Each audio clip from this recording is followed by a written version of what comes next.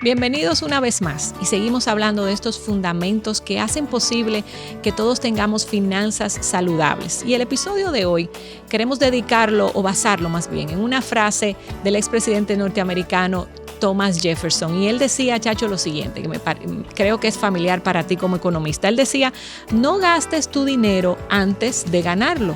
Y pareciera algo obvio, Chacho, pero hemos visto, como vemos en la práctica, muchos no nos llevamos de ese consejo. Sí. ¿Qué tú crees que pasa? No, ciertamente ese es un principio básico de manejo financiero personal. Es una frase que recoge, digamos, principios de vida, obviamente.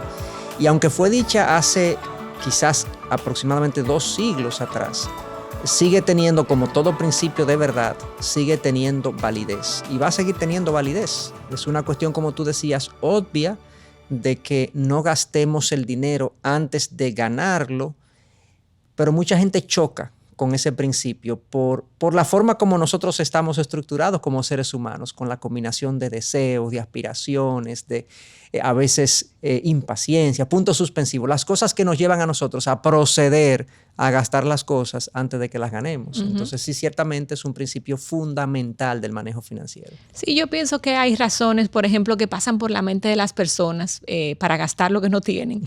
Y una de ellas pudiera ser, bueno, hay que vivir. Hay que ser feliz ahora y luego resolvemos. Claro. ¿Y qué más? Claro, nosotros vivimos en una época muy materialista, muy consumista.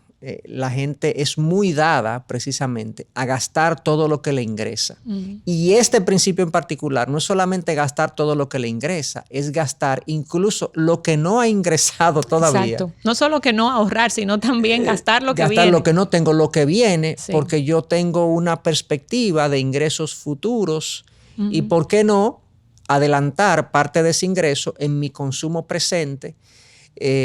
Y eso tiene múltiples razones. Tú decías, ¿cuáles pueden ser las razones por las que una persona hace esto? Bueno.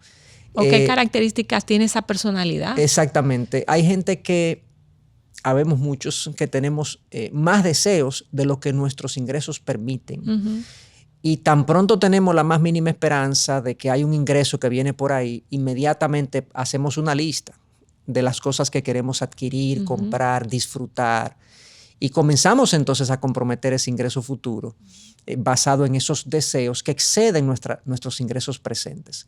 Eso es un problema. Obviamente, el que hace eso también está experimentando una debilidad de carácter, que es su impaciencia, es su ansiedad, muchas veces basado. Avaricia también quizás, o correcto, envidia, porque no siempre vamos a tener todo lo que vemos. Exactamente, quiero ponerme a la par de los otros. A veces tengo un corazón avaricioso en el sentido de que quiero acumular más porque pienso que eso me da plenitud, me da gozo en la vida, y ciertamente hay cierto placer que se disfruta por estas cosas que uno consume, pero no está ahí la plenitud, y eso es lo que la avaricia hace, que me conduce a pensar que el dinero y lo material me va a llenar el alma, me va a llenar el corazón. Hay otros que sencillamente lo que piensan es, o piensan de una manera hiperoptimista.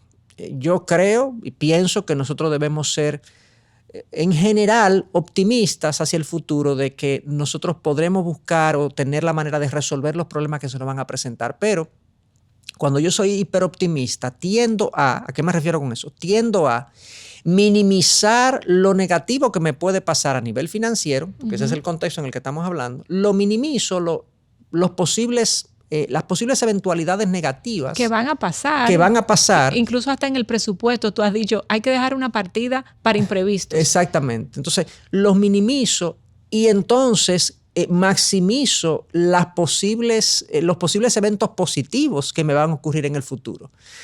Por ejemplo, en algunos países existen bonos que se disponen a lo largo del año para los empleados. Hay algunos países incluso que tienen leyes que el empleado debe recibir un bono por vacaciones. En nuestro país está el doble sueldo. Exactamente. En nuestro país está el famoso sueldo 13. Es un doble sueldo en diciembre que reciben los empleados, todos los que están en relación de dependencia, libre de impuestos. Entonces, estos bonos, estos dobles sueldos, estos ingresos adicionales. Y futuras ventas. Hay muchas personas que dicen, yo tengo este negocio apalabreado. Exactamente. No sé si esa es una expresión correcta, pero exactamente. Se usa mucho. Cerrado. Cerrado. No está firmado, quizás no tengo todavía la garantía de que me van a pagar, pero ya eso está cerrado. En mi mente está cerrado. Eso es hiperoptimismo. Entonces, veo estas cosas futuras y comprometo entonces gastos.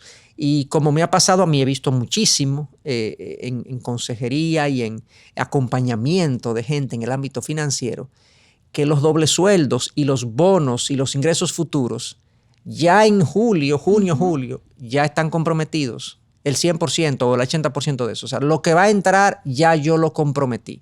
Y lo que estoy esperando es que llegue diciembre para que me paguen mi doble sueldo para yo pagar el compromiso que ya hice. Entonces, eso nos lleva a múltiples problemas. Eso representa un problema en el manejo financiero. Porque, ¿y qué pasa si no se da lo que yo estoy anticipando, lo que yo estoy pronosticando, lo que se me prometió? Por ejemplo, el ejemplo del doble sueldo. Sí.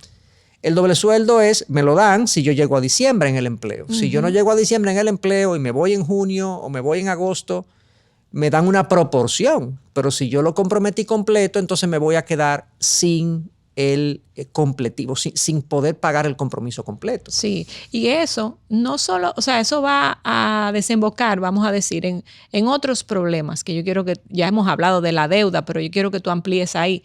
No solamente que vamos a tener problemas en no poder ahorrar porque no quedó nada, sino que ahora vamos a caer en esto, en el tema de la deuda. Claro, porque ¿qué pasa cuando lo que yo pronostiqué, el ingreso que pronostiqué que se iba a dar, no se da? Tengo que cubrir el compromiso de todas formas. Lo que se produce entonces es una deuda. Es una deuda, ¿por qué? Porque fui impaciente, porque fui hiperoptimista, porque me comparé con otros y quise ponerme a la par y comprometí un ingreso futuro, porque la impaciencia hasta cierto punto es más o menos lo mismo que voy a decir. También tuve falta de dominio propio, de decirme a mí mismo, no, todavía no he recibido ese ingreso. Cuando ese ingreso llegue, yo entonces dispongo de él, pero no lo puedo hacer ahora porque no es 100% seguro que yo lo obtenga. O sea, esa consideración de que yo no puedo prever hacia adelante las cosas debe estar presente en nuestro manejo financiero y ser siempre, inclinarme hacia el lado de ser conservador, previsor y prudente en lugar de inclinarme hacia el lado de la previsión positiva y de que todo va a salir bien. Nunca hacemos eso. Siempre somos más optimistas que... No pesimistas, porque yo creo que no debemos de ser pesimistas, pero cuidadosos. Exactamente. Siempre estamos soñando ¿verdad? Y pensando en que podemos lograr más y más, lo cual es bueno, pero... Sí, no, es un realismo. Es vivir un realismo de que este mundo nosotros no lo podemos pronosticar. Solamente Dios tiene el control y el conocimiento de lo que va a acontecer en el futuro. Entonces yo debo considerar eso como una realidad de la vida y tener muchísimo cuidado cuando lo que yo estoy haciendo hoy con mis gastos depende de cosas que van a ocurrir en el futuro financieramente. Sí. Y hablando, Chacho, de eso, te voy a traer un pasaje de Santiago que habla de eso, de la arrogancia, del optimismo, de la incertidumbre del mañana. Y cuando yo te lo lea, si tú puedes amplía un poquito y dinos qué podemos sacar de ese pasaje con relación a esto, al no gastar por adelantado. Y el versículo está en Santiago 4:13 y te lo voy a leer. Dice, oigan ahora, ustedes que dicen, hoy o mañana iremos a tal o cual ciudad y pasaremos allá un año. Haremos negocio, tendremos ganancias. Sin embargo, ustedes no saben cómo será su vida mañana. Solo son un vapor que aparece por un poco de tiempo y luego se desvanece. Más bien deberían decir, si el Señor quiere, viviremos y haremos esto o aquello. Pero ahora se jactan de su arrogancia. Toda jactancia semejante es mala. Yo creo que ese pasaje tiene tantas cosas. Sí, no, ese pasaje pudiera implicar múltiples episodios de este mismo podcast. Pero enfocándolo en lo que nos compete, en lo que estamos hablando, fíjate cómo Santiago habla de estos individuos que ven al futuro y primero Dios no está presente. Él dice, deberían decir si Dios quiere. si Dios lo permite. Esa persona que planifica ve el futuro y cree que lo controla y Dios no está en su ecuación. Dios no está en la ecuación. Futuro. Exactamente. Ese es el primer señalamiento. Lo segundo es que hay una consideración de ganancia que dice, ustedes piensan que van a ir a la ciudad, van a hacer negocio, van a tener ganancia, y ahí mismo dice, ustedes no saben si eso va a pasar así. Y concluye el pasaje en el versículo 15, si mal no recuerdo que leíste. Eso es una arrogancia. Sí. O sea, es producto de nuestro orgullo, 16, dice, de nuestro orgullo. Es arrogante pensar que yo sé lo que va a pasar en el futuro. Entonces, cuando aplicamos eso al manejo financiero, ¿qué implica? Si tú piensas que todos tus planes futuros financieros se van a dar tal cual tú pensaste, tú estás siendo un orgulloso y un arrogante. Deberías ser humilde y pensar que tus planes no necesariamente se van a dar así. La conclusión, la aplicación para nosotros es, no gastes las cosas, no gastes tus recursos antes de que los ganes. Es precisamente la frase que citaste al principio de Thomas Jefferson. Sí. No gastes tus recursos antes de ganarlos porque tú no sabes realmente lo que va a pasar en el futuro. Y pensar que va a pasar exactamente como tú piensas es un acto de arrogancia. Así es. Y mira, Proverbios 27, lo tengo aquí, te lo voy a leer. Proverbios 27:1 habla exactamente de eso mismo.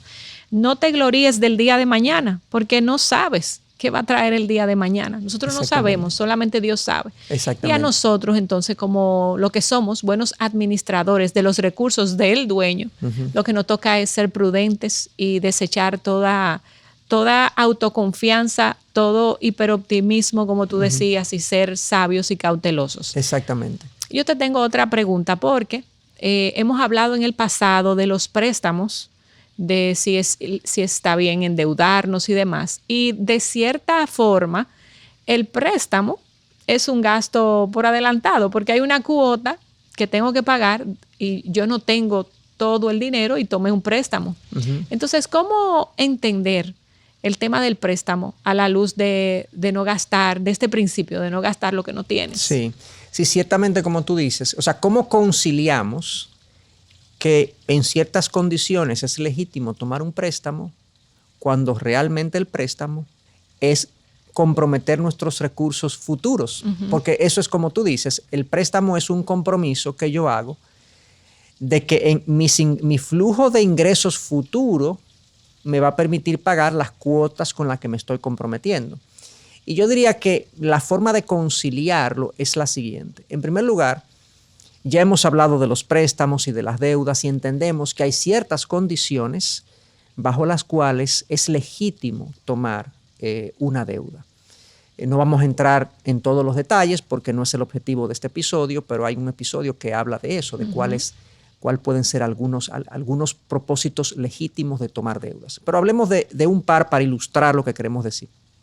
Cuando yo adquiero un préstamo, comprometo mis ingresos futuros al pago de una cuota y yo los adquiero para comprar una vivienda, por ejemplo, que es un inmueble, es algo que ahora yo poseo y que típicamente, normalmente tiende a mantener su valor en el tiempo, porque compré una vivienda, yo la conservo y eso tiene un valor en el tiempo. Incluso la mayoría de los inmuebles tienden a aumentar su valor en el tiempo.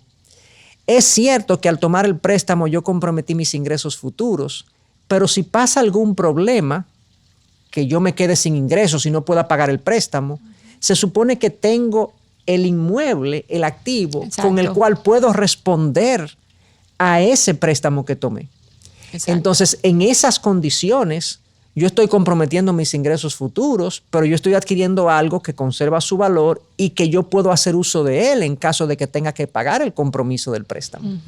Entonces, ahí sí no sería violentar totalmente este principio, porque estaría teniendo un activo, un inmueble. No sería un gasto en sí, sino una inversión. No sería un gasto en sí, sino una inversión, exactamente. Correcto, exacto, y eso ayudaría mucho. Exactamente. Y también, tú decías también en tiempos pasados, si mi capacidad es de 10, pues tomo un préstamo de 6. Exactamente, precisamente. A veces, si yo tengo un ingreso determinado, yo tengo lo que se llama técnicamente una cierta capacidad de pago. O sea, incluso el sector financiero, cuando me va a conceder un préstamo, evalúa mi capacidad de pago. Cuando una institución financiera le concede un préstamo a una persona, usualmente calcula que la cuota que esa persona va a pagar no sea mayor del 30% o del 35% de sus ingresos. Y entonces le concede el préstamo cuya cuota sea como tope un 35%, digamos.